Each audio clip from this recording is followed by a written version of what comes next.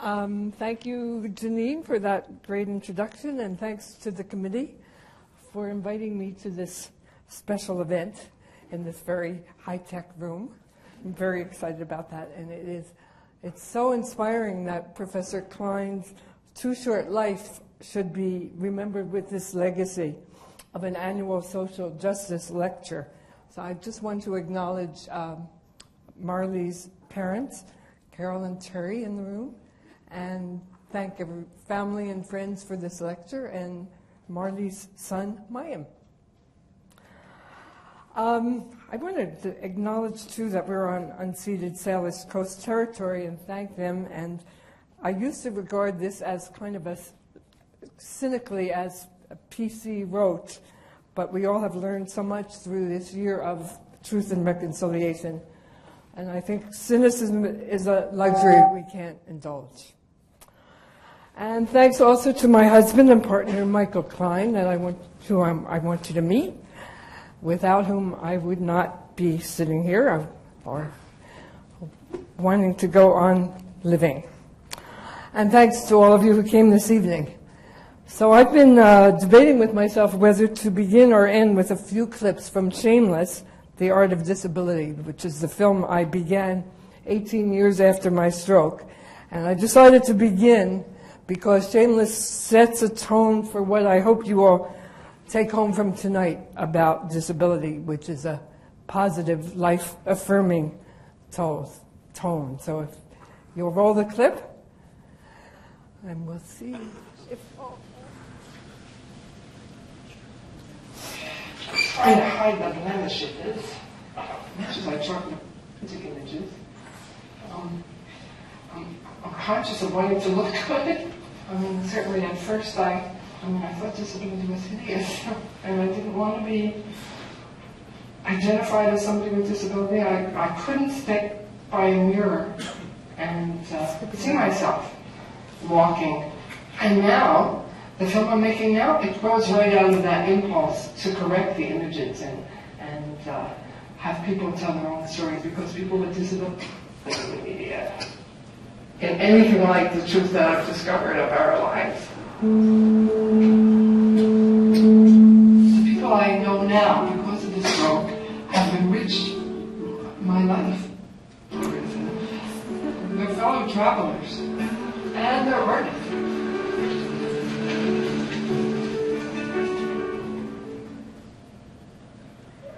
Anyway, you should respect me because I belong to a gang.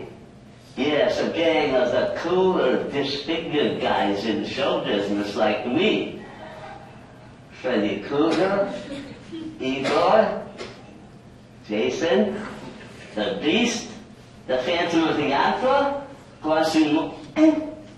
Those are my homeboys. They do the kind of things that facially disfigured guys like to do, which is basically hang out in the bushes. And every once in a while we get to jump out and strangle a few teenagers. The turning point in my rehabilitation is that I met some other people with disabilities who became my rolling models. And I became involved in the disability rights movement. Like, really, the place where I found community.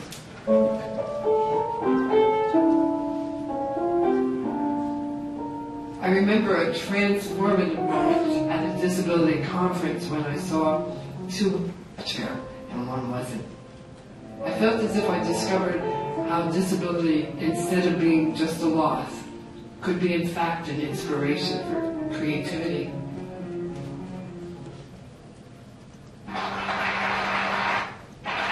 the world that we inhabit, I am genetically atypical. My profile characterized by a disrupted, mutated, or absent gene of chromosome 5. Born just 2 years after the invention of amniocentesis, and therefore before its widespread use in Canada, I am therefore a fugitive of genetic science. Perhaps I do stand when I'm still. Perhaps I'm a tree, but not a popping tree. This wheelchair not contain me. It is my home, like the ship's iron hull to the barnacle. But it is not my substance. My substance is flesh and earth, impulse, instinct, and aspiration. A healthy tree that is every bit as much of nature's plan as the grasses that grow in the watery marsh and the mountains out of the velvet forest.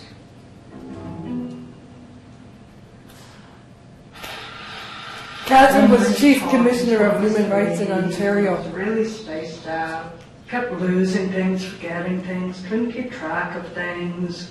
And, you know, my father had this theory that if he hit me enough, I would be able to start, like, being normal. My sister was raised to assume she would go to university and be a professional. I was raised to think if I made it through high school, it was doing good. So I feel like, you know, here I am on camera, justifying myself, telling you I really do have a real learning to making it up to be able to get away with being a bad person. And I hate that I hate that it gets to me.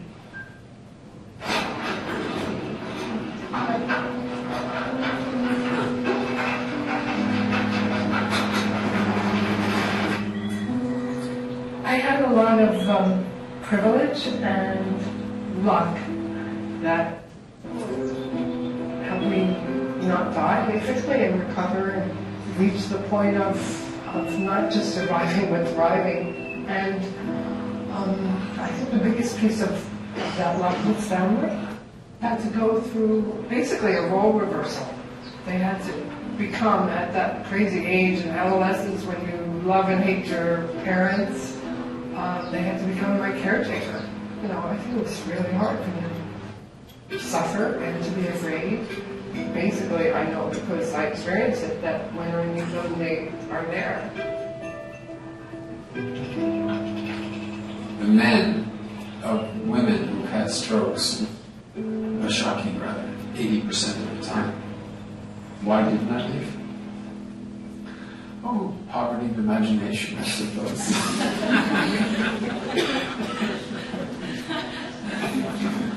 I didn't leave because our relationship basically didn't change. I mean, that's the major issue.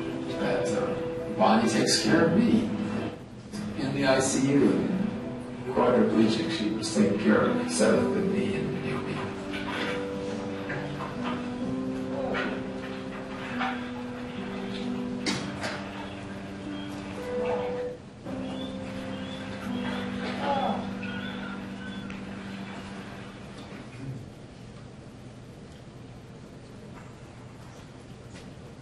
Oh. Just had an idea I have to write down. So much for hijacking and the future. So I'm truly honored to speak with you today, and I have an ulterior motive, I have to tell you. I've been encouraged to speak personally about my own story and how disability has affected my life, which I love to do. But I've been shocked to learn in preparing for this lecture and this audience and attending the recent community consultation you've been reading about in the news on the upcoming BC white paper on disability, and we can talk more about that later, that we in BC do not have the laws we need to seek justice for people with disabilities and their families. So that's my ulterior motive for this perfect audience, and I want to enlist you as allies in our ongoing fight for our human rights. Maybe we'll have a UBC Center for Disability Law. I had lunch with a few students and professors the other day and can affirm that you've already started. And I invited some colleagues to be here tonight. So I'll tell my own story and give a brief history of the disability rights movement and sketch where the law is now and then hope you can take it from there to continue the conversation between lawyers and students and people with disabilities to craft the legislation we need. As we veterans of the women's movement know, the personal is political. Our personal stories influence and are influenced by our political and social culture. So before or along with legislation, we need awareness and will. So I hope the message of my story will be that disability rights is a human right.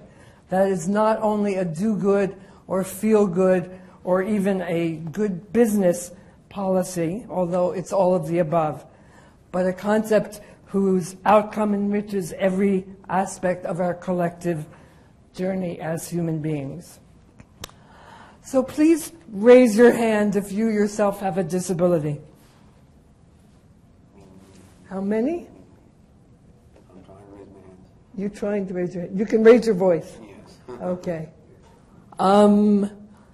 I suspect that there's quite a few more because some of you may have invisible disabilities or chronic illness that you don't feel comfortable disclosing. I have obvious mobility disability, but you can't see my brain damage. It's an invisible cognitive disability that affects the so-called executive function in my brain, memory, organizing, decision-making. You can watch, it may become especially evident later as I become fatigued. Now raise your hand if you have a close family member or a loved one who has a disability. Ah, many more. Okay. No family is untouched. Finally, raise your hands if you have friends or classmates or colleagues or employees who are living with disability. Ah. Wow, that's quite a few. I don't know the statistics in the law school, students, staff, and faculty, but I suspect that you make a explicit effort to recruit and to retain people with disabilities with the accommodations they need. The accepted current statistic is that at least 10% of people have disabilities of the population. Some say it's probably more. I've heard as much as a third. The rest are tabs, temporarily able-bodied people. The cold truth is everyone in this room will become disabled if you're lucky to live long enough. Disability is the only identity group that anyone can join suddenly at any moment, which I think may account for the fear that surrounds it. And hence my title, We Are Who You Are. So as I share my story, I encourage you to generalize to others. That is, other people with other disabilities and other minority or identity cultures, including seniors and women and LGBTQ, all those justice seekers who struggle to have their human rights acknowledged and protected. Finally, I need to acknowledge that my privilege makes me atypical of most people with disabilities who live in poverty, are less educated, and usually live alone, not with a physician spouse. On the other hand, my privilege reveals the life that many people with disabilities could lead if they had the supports that I do. And one other note about language: disability is an unsatisfactory negative word. But it's kind of the best of a bad lot. But it's better than the euphemisms which disguise our reality, like differently challenged. So it's what I use. So with all that preamble, here's my story. It was 1987. I was 46 years old, a filmmaker at the National Film Board, which, as you know, is the mecca of documentary film, in the infamous feminist Studio D, at the top of my game. And I was the woman who had it all. Not only a successful career, but an engaged marriage, and 2 lively teenage children. 19-year-old Seth, whom some of you may know as the director of the BC office of the Canadian Centre for Policy Alternatives, and 17-year-old Naomi, whom some of you may also know as an author and activist.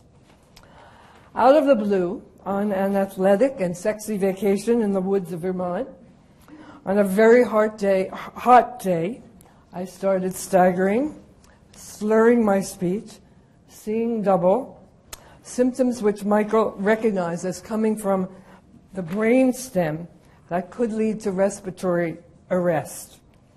He speeded me back to Montreal to the ER of the hospital, where he was the chief of family medicine. The diagnosis was inconclusive, but this first stroke was followed 2 weeks later by another catastrophic one in the hospital, which left me quadriplegic, on a respirator, and locked in, unable to speak. I was finally diagnosed with a bleed from a congenital brain malformation in my brainstem, called in lay language a bomb in the brain. Such strokes are uncommon and are usually fatal. At McGill, Michael was told it was inoperable and I would die. But he found a surgeon in another province who had performed a delicate operation on dogs and was just waiting for another patient, for a human. And within days, I was air ambulanced to Ontario, where I had surgery to prevent another bleed. I was in intensive care for more than a month, and in hospital and then a rehabilitation facility for about 7 months, followed by several more years of full-time outpatient rehabilitation, both conventional and so-called alternative. I had to relearn to sit, to talk, to stand, though I was told by various therapists that I would never talk normally again. I wrote about all the gory, dramatic details many years later in this book, Slow Dance, A Story of Stroke, Love, and Disability. We brought a few copies for sale because it's out of print. Its main lessons are not to believe negative prognoses, to try everything, no stone unturned was our motto, and very important, to work to preserve and extend Medicare. We have met stroke survivors in the US and other countries who never had access to the kind of rehabilitation I had. So then what? After the drama and heroics, I was scared and depressed. I had lost my identity. I had become infantilized and dependent on the institution. The big crash came after I was finally released from hospital and returned to our home in Montreal.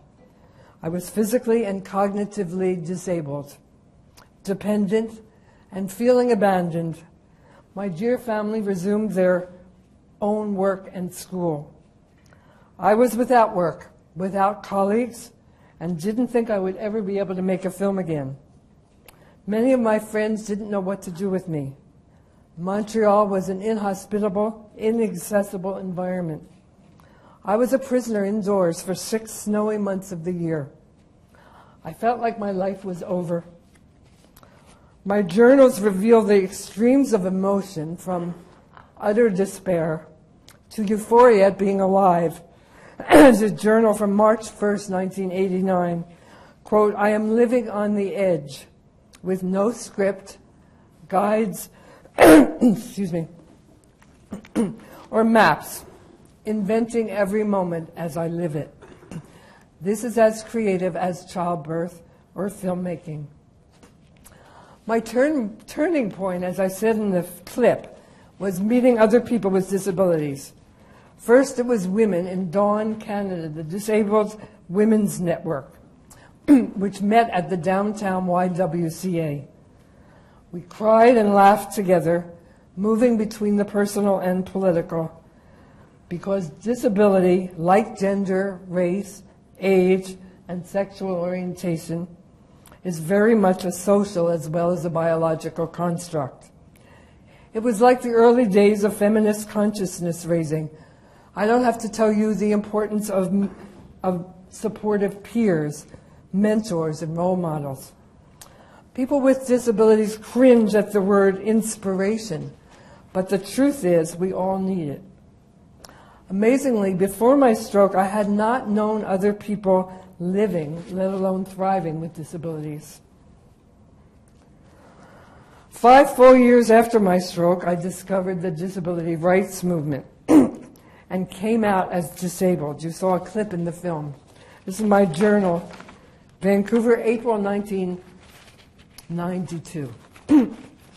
Independence 92, an historic moment in the disability community. I had, quote, I had hoped the media would be flooded with news of this, the first international conference on disability, with over 2,000 delegates from almost 100 countries. Instead, I found myself the only member of the Canadian national media present. I had convinced CBC Radio to send me as a participant documentarist, my first professional work since my stroke. I was pretty nervous. I'd never worked in radio before. I was unsure of the equipment, my capability, my stamina. The first night, exhausted from the flight, I lost my balance and fell in the hotel room, my worst fall in months. I lay on the floor crying into my tape recorder about why I was doing this. But in the morning, I knew why. I'm going to have a drink.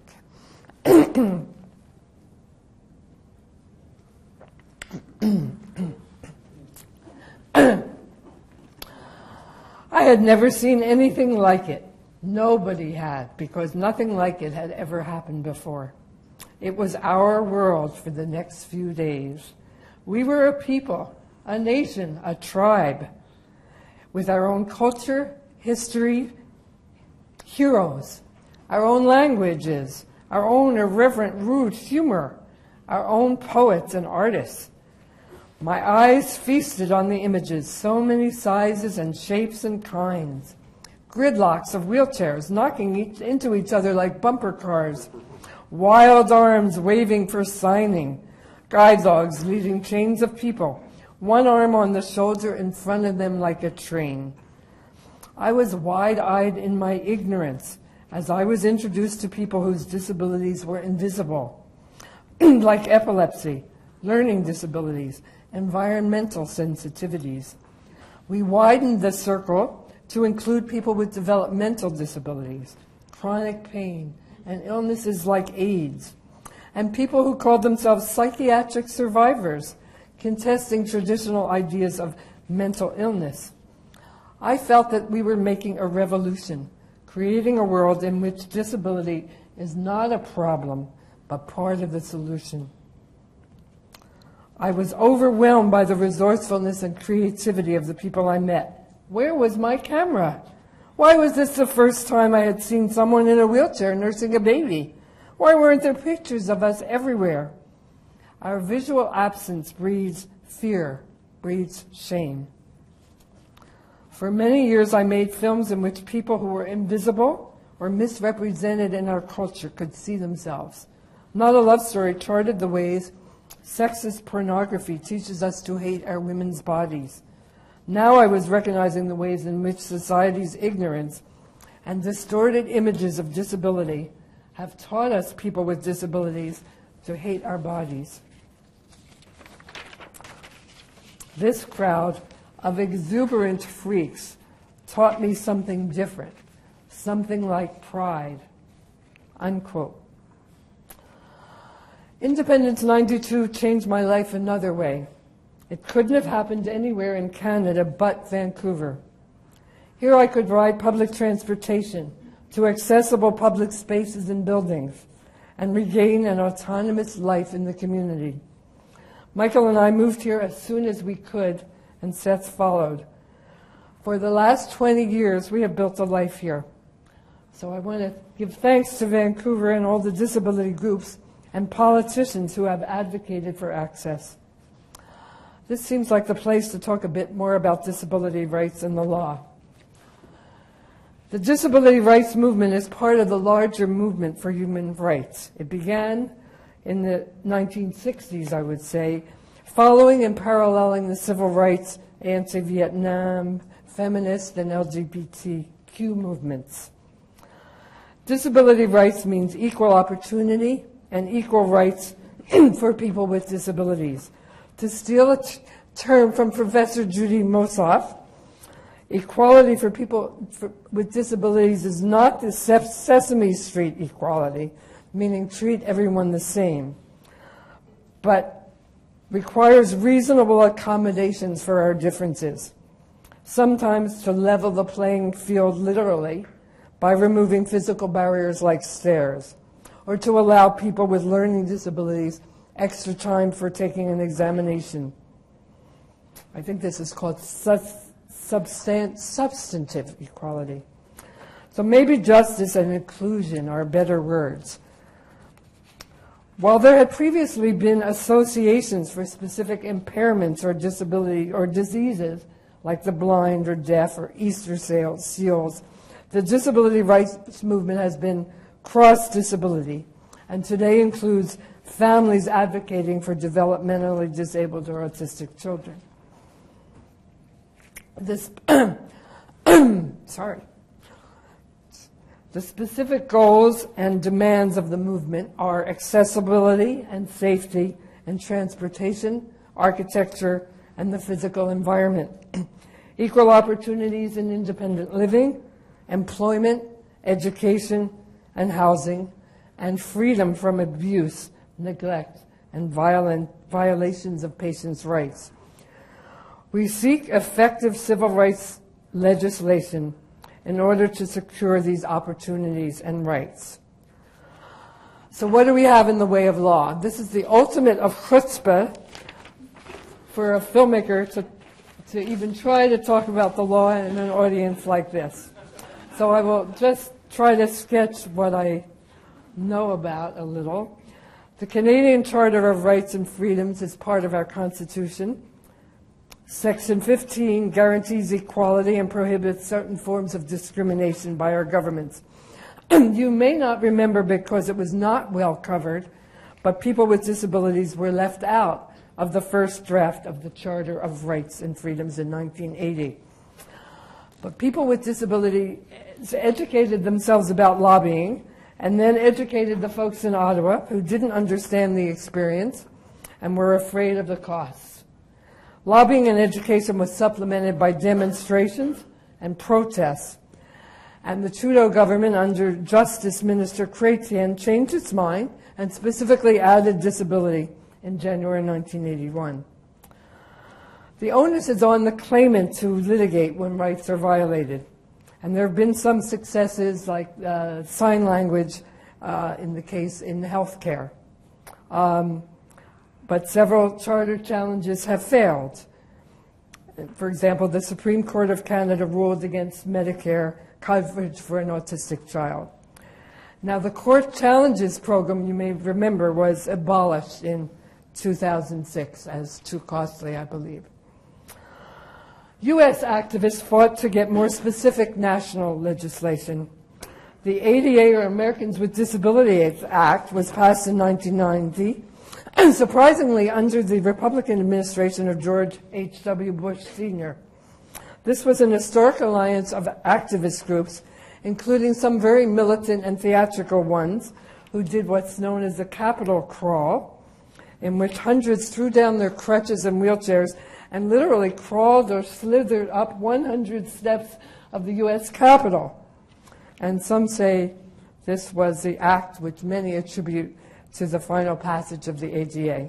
But really it was a wonderful coalition, and there was a high-up billionaire Republican advocate, a polio survivor named Justin Dart. And it was introduced, the bill was introduced in the Senate by the Democratic Senator Tom Harkin, who introduced the legislation in sign language because he had a brother who couldn't hear. And often our victories have been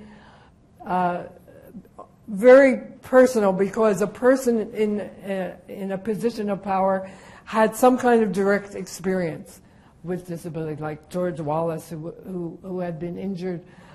He was governor of what state? Alabama, where you wouldn't expect progressive legislation, but in fact he did get it because he got it. So the ADA, again, puts the onus on complainants to undertake the lengthy and expensive process of a lawsuit. But it has made a significant difference in the compliance of government and business enterprises to the principles of equity and non-discrimination in education, transportation, telecommunication, employment, and housing. We don't have a federal disability act in Canada, and I want to ask you why. The reason, as I understand it, is that disability is a provincial matter. But we have a federal Medicare Act, though medicine is administered provincially. And that ensures portability, among other things. So I don't know why the same logic shouldn't apply to people with disabilities. So looking across at the ADA, several activist groups in Ontario, spearheaded by a blind lawyer, David Lepofsky, worked tirelessly in Ontario for I don't know how many years to form a province-wide coalition and achieve what became the Ontario Disabilities Act in 2002. The ODA allowed for the enactment of regulations, but to get past it left the details to be negotiated by disability groups, business interests, and government, which has turned out to be problematic. I don't see any changes when we visit Naomi in Toronto and can't access public transportation with a scooter or get an accessible taxi. I believe there's an active coalition still fighting, but many people with disabilities believe that legislation is not the most fruitful place to put our limited energies and resources. BC has no equivalent to the ADA or the ODA. Until now, our underfunded grassroots organizations have been busy focusing on pragmatic, urgent, specific issues like advocacy for income assistance through the ponderous bureaucracy, employment and training, and deinstitutionalization, among other issues. We have a patchwork of regulations and programs and enabling statutes, any of which can be changed by a bureaucratic stroke of the pen or omnibus bill, but no statutory framework guaranteeing our civil rights. Is that right? A new organization called Civil Rights Now believes the time has come for BC legislation with teeth. Their campaign is called Think Twice, because persons living with a disability in BC don't have the legal rights and protections they believe or assume they have through Section 15 of the Charter. As I said, anyone and everyone, as a result of an accident, an illness, or merely by getting older, can become vulnerable. We don't find out that we're not protected until we need it, and it isn't there. So Civil Rights Now is starting on the provincial level with limited practical objectives.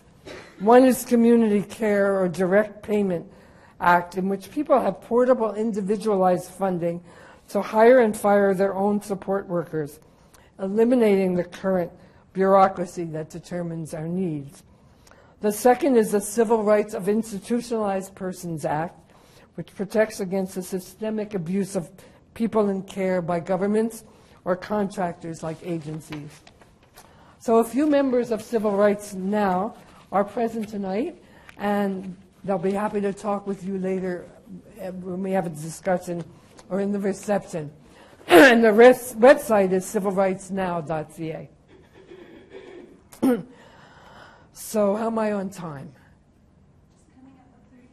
Okay, then I can rush through the rest and we'll have time for questions. Let me give you a very recent but glaring example of the need for clear legislation.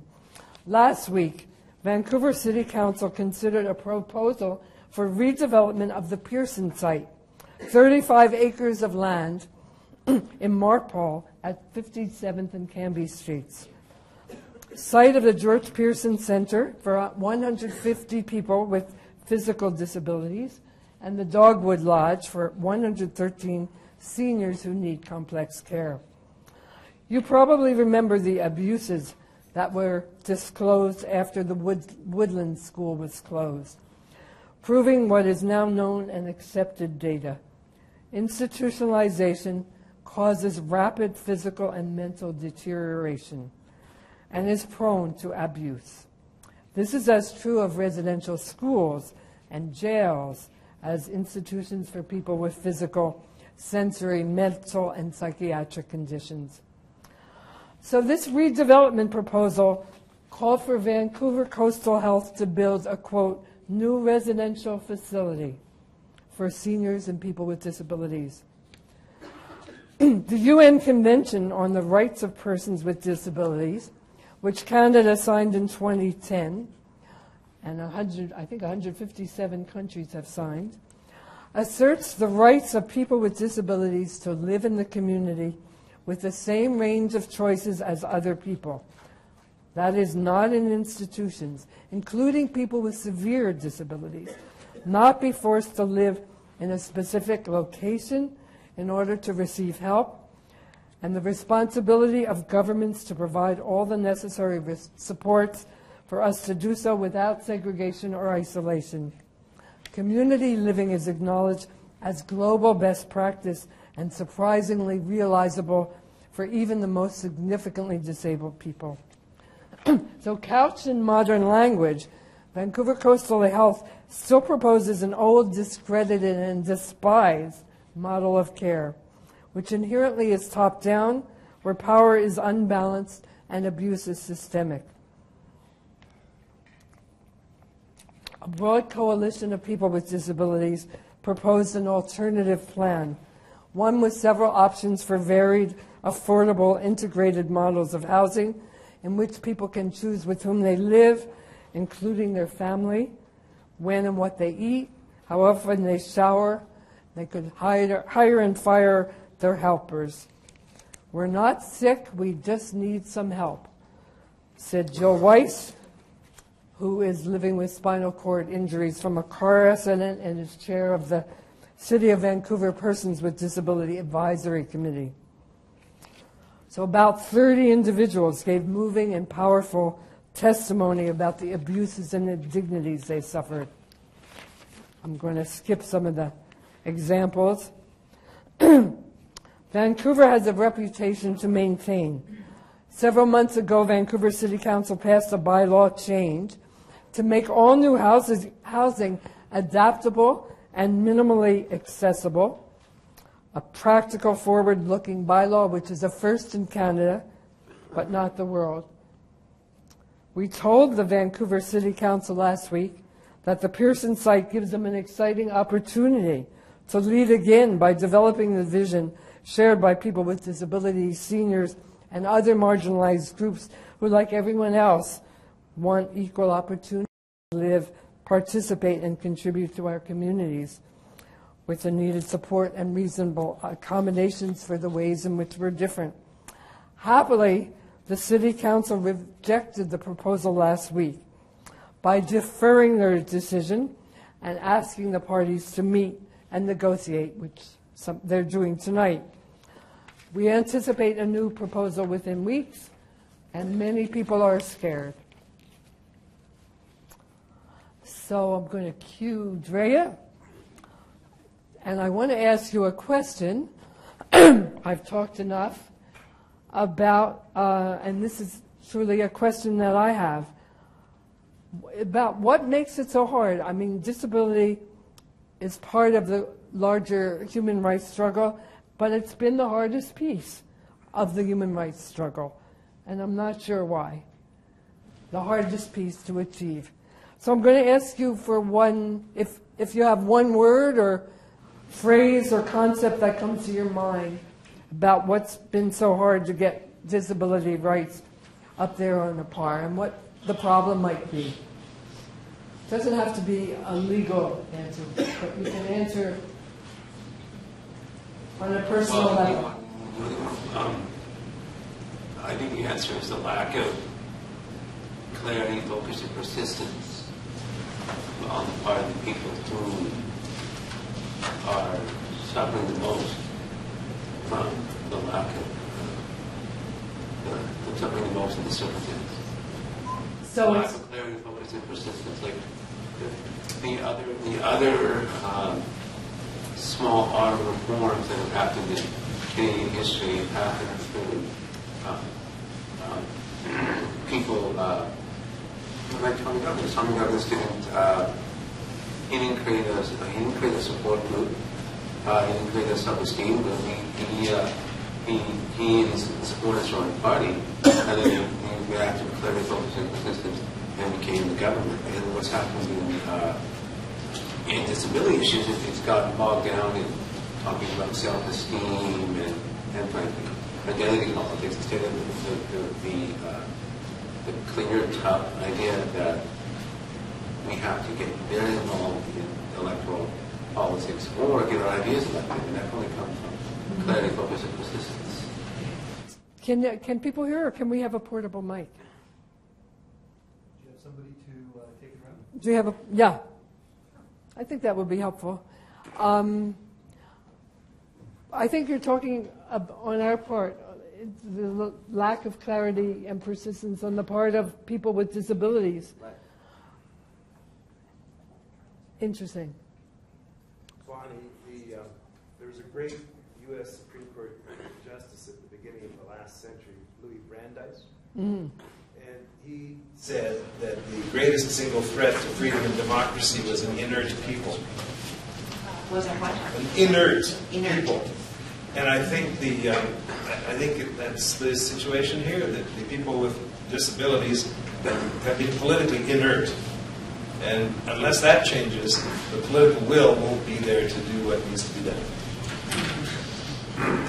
Want to just pass it down and then we'll go over to you. I think paralleling,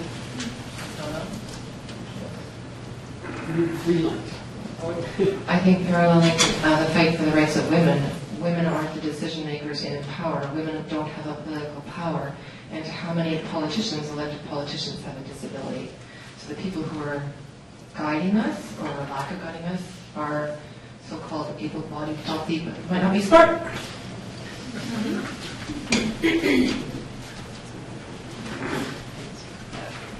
I'll just speak not as a lawyer, which I am, but just at a sort of human level. I think that people who don't have or think they don't have disabilities are afraid of people with disabilities. I think there's an element of fear,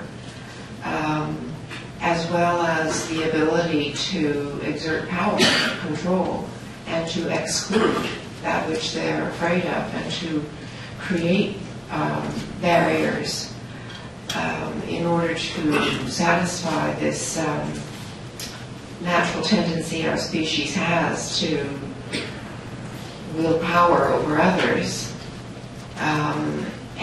But I think people are afraid, and they let that fear feed this structure of power which excludes people with at least visible disabilities.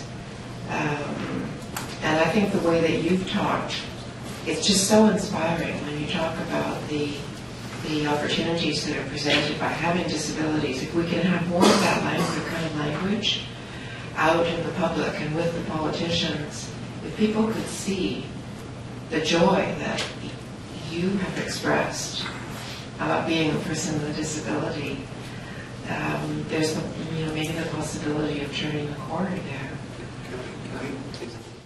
Sure. Yeah. And then there's a hand on the second problem. Sure. Paul? I just want to say that, if you're a person with disability and when your civil rights are violated, you don't need a good hug, you need a good lawyer.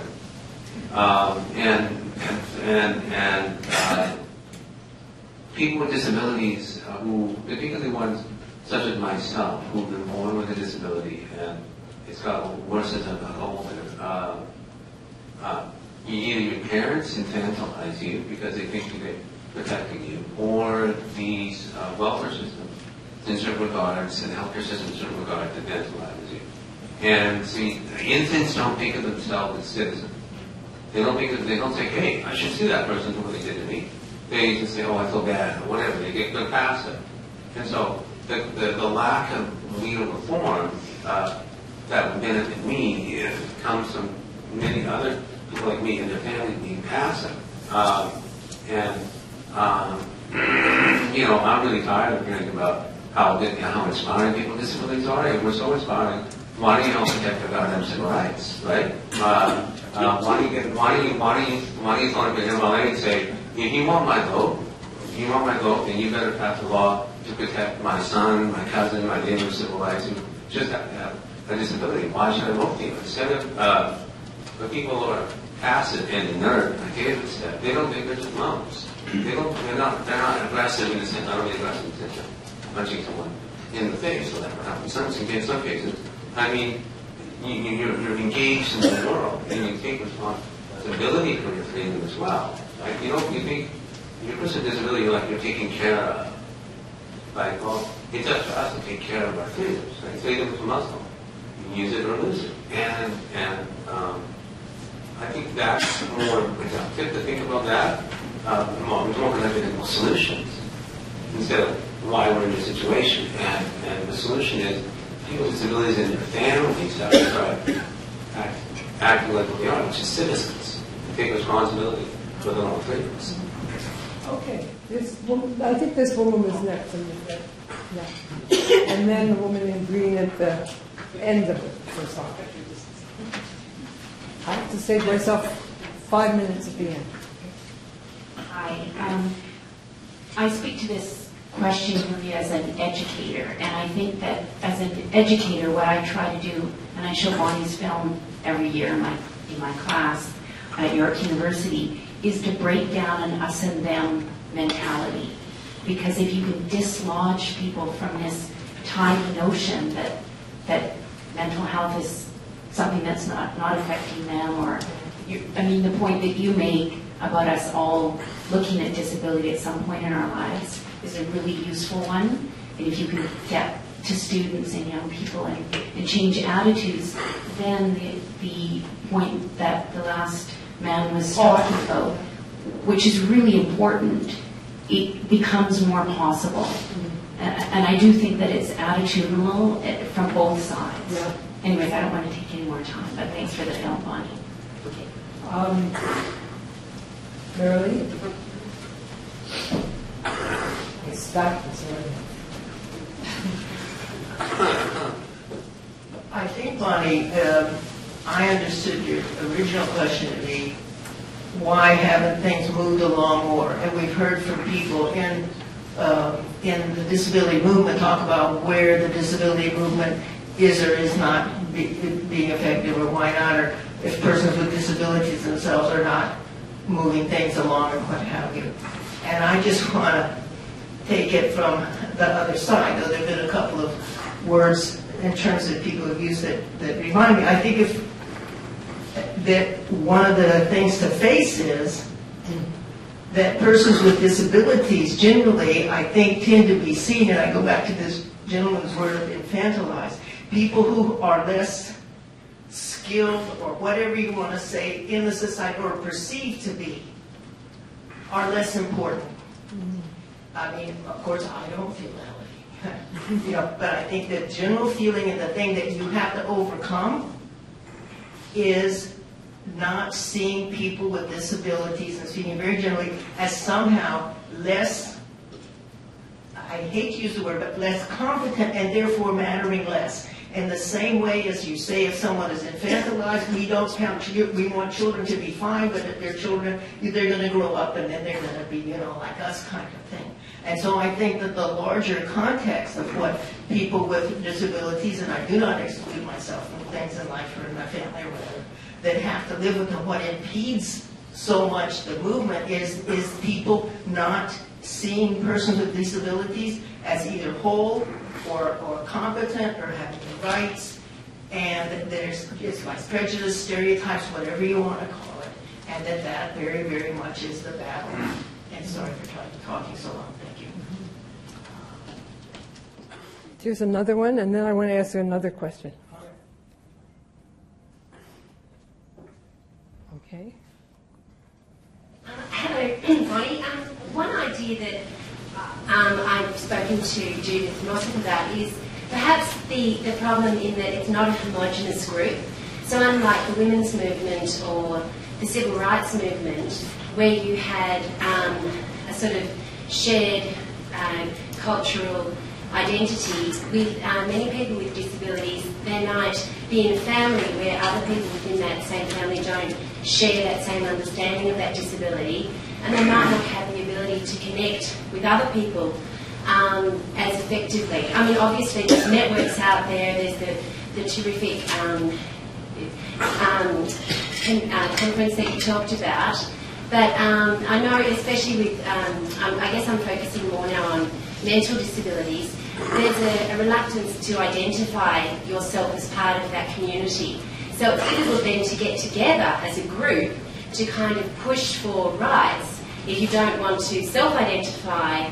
And so I guess there's this disparity or this sort of different requirements for mental disability as there is with physical disability and different issues that arise. So I think that might be one kind of perhaps reason. It's not to excuse the situation, and perhaps it's the problem with minorities that it's in our democratic system, it's so hard to get your voice heard when it's not going to be something that's going to win votes with the majority.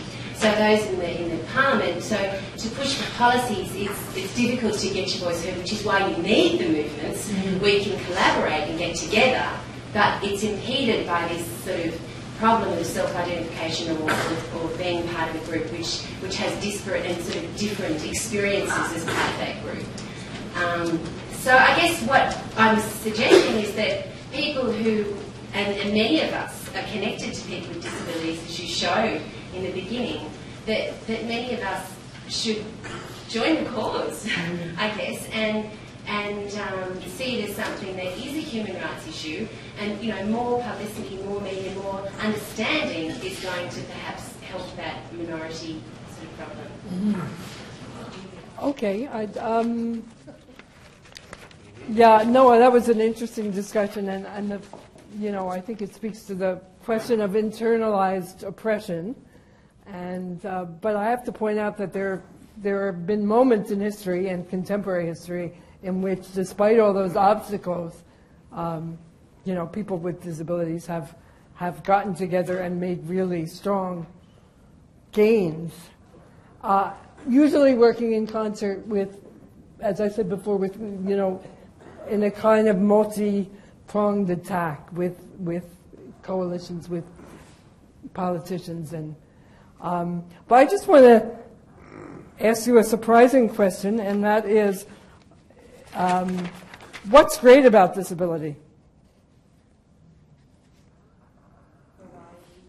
About people you know, or you, or what did you say? Variety? Okay, just shout. People with disabilities that I know are very tough. They're the toughest people I know. The toughest people I know. Yeah. Yeah, that's word I love. How about their parents? Okay, and their parents? Well, there's a tendency. Where's that wicked? There's a tendency of supermoms who have children with disabilities. For example, in British Columbia, disabilities are being taken thought about at all by the mainstream. It's weekends and internet talks. And I don't mean any disparaging of their accomplishments. But the biggest victory of people with disabilities in the history of British Columbia was to shut down the women's institutions and institutions like that. That was done mostly by very tough, angry, focused mothers who had children with disabilities who were being abused. And they're forgotten about, they're not publicly praised, right? The politicians get their approval ratings go up and they get the picture taken very handsome, but they don't say, oh, and by the way, we all went through all these supermoms. And you go back in 1974 and look at the women's, was it nearly 100 years ago? All at that point, it looked, as solid as Rocky Mountains. And they said, this has all got to go. And they won. Cheers for the moms. Other words? Any attributes? Reflective. Reflective. They see things differently from other people, and they're not they're not, people with disabilities are, they have to look at things differently than other people. Their experience in life is not boxed. So I think that they tend to be really aware of themselves, really aware of other people in a way that a lot of people wouldn't get to. Mm-hmm. Anyone have any other ones? Creative. Interesting. You mean like finding ways around obstacles? Innovative, creative. Yeah. I use the word adaptable, which Darwin says is the most important attribute in survival of the species. It's not who's the smartest or the fastest or the strongest. It's who's the most adaptable. Yeah. But also the ability to survive and thrive brings the possibility of joy into a life, which is not always available to us, right? Joy is not always there.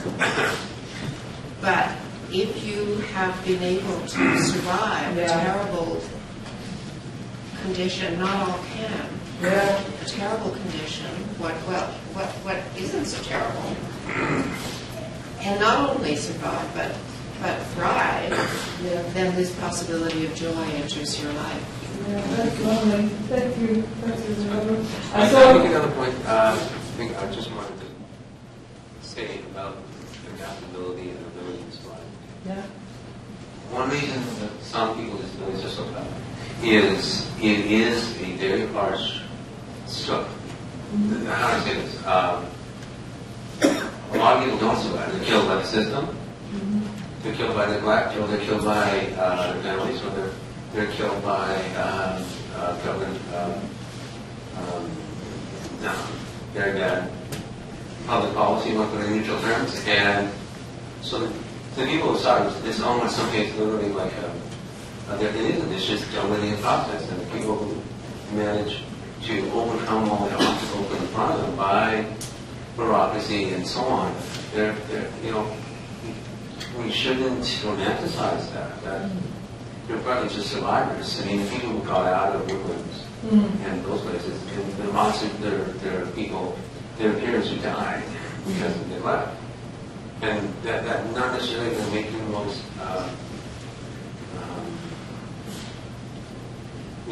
I was in an institution lately, and it doesn't make you,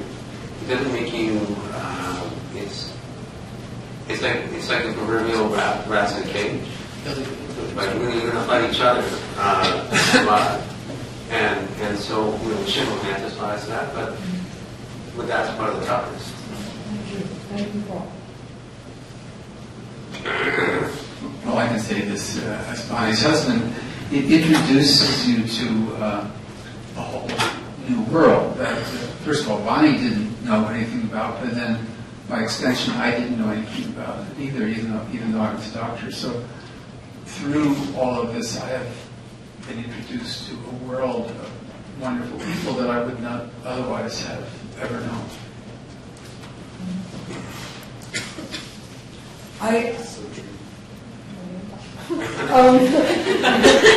Yes, you may speak. There was a biography of Stephen Hawking last night on PBS, and his quote was, he said, "Perhaps it's human nature that we adapt and survive." It's not romanticizing one way or the other. It's just the attribute that comes to my mind is interdependence. Before my stroke, I thought that feminism meant independence.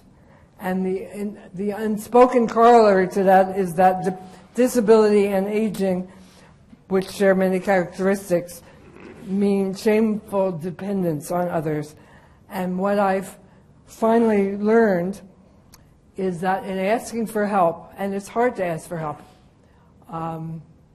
for newly disabled people in particular, but in asking for help, I offer other people an opportunity for intimacy and collaboration, and in a sense to be their most human. So in Judaism we call this gift a mitzvah, and it's helpful to look at asking for help in that way. It turns it around totally. What I'm trying to say is that the relationship is reciprocal, and that the helper or the employer or the institution, the school, is not doing a favor, but investing in its own human capital, in the chance to be open and to learn and to grow and expand its palette and include the wide spectrum of the human condition. And then the workplace or the boardroom or the classroom or the entire community becomes an ecosystem of the biodiversity. So I think that's where I was going to end. Shameless, I hope you can see the whole movie. It's available free on the Film Board website, or I think you can buy it if you want to see it for $20 on a big screen.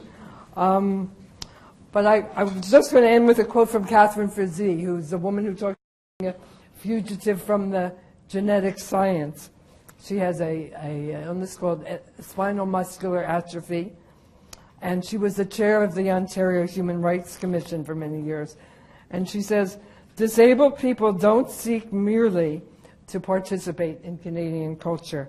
We want to create it, shape it, stretch it beyond its tidy edges. I love that. So thank you. And if you want to, I don't know if there's time for more conversation or whatever.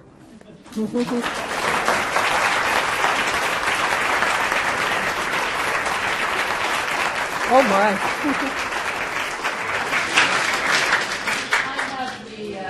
I have a very nice role, and it's short, so you won't have to listen to me for very long, of thanking Bonnie for this wonderful evening, and thanking all of you. I was thinking, sitting up there, that Marlee would have loved this evening. She would have been in rapt attention, and she would have been very, very, very pleased to see so many people from so many different communities, because she had such a commitment to the connection between the Academy and the community. So thank you all, and I hope you enjoy it. You join us for something.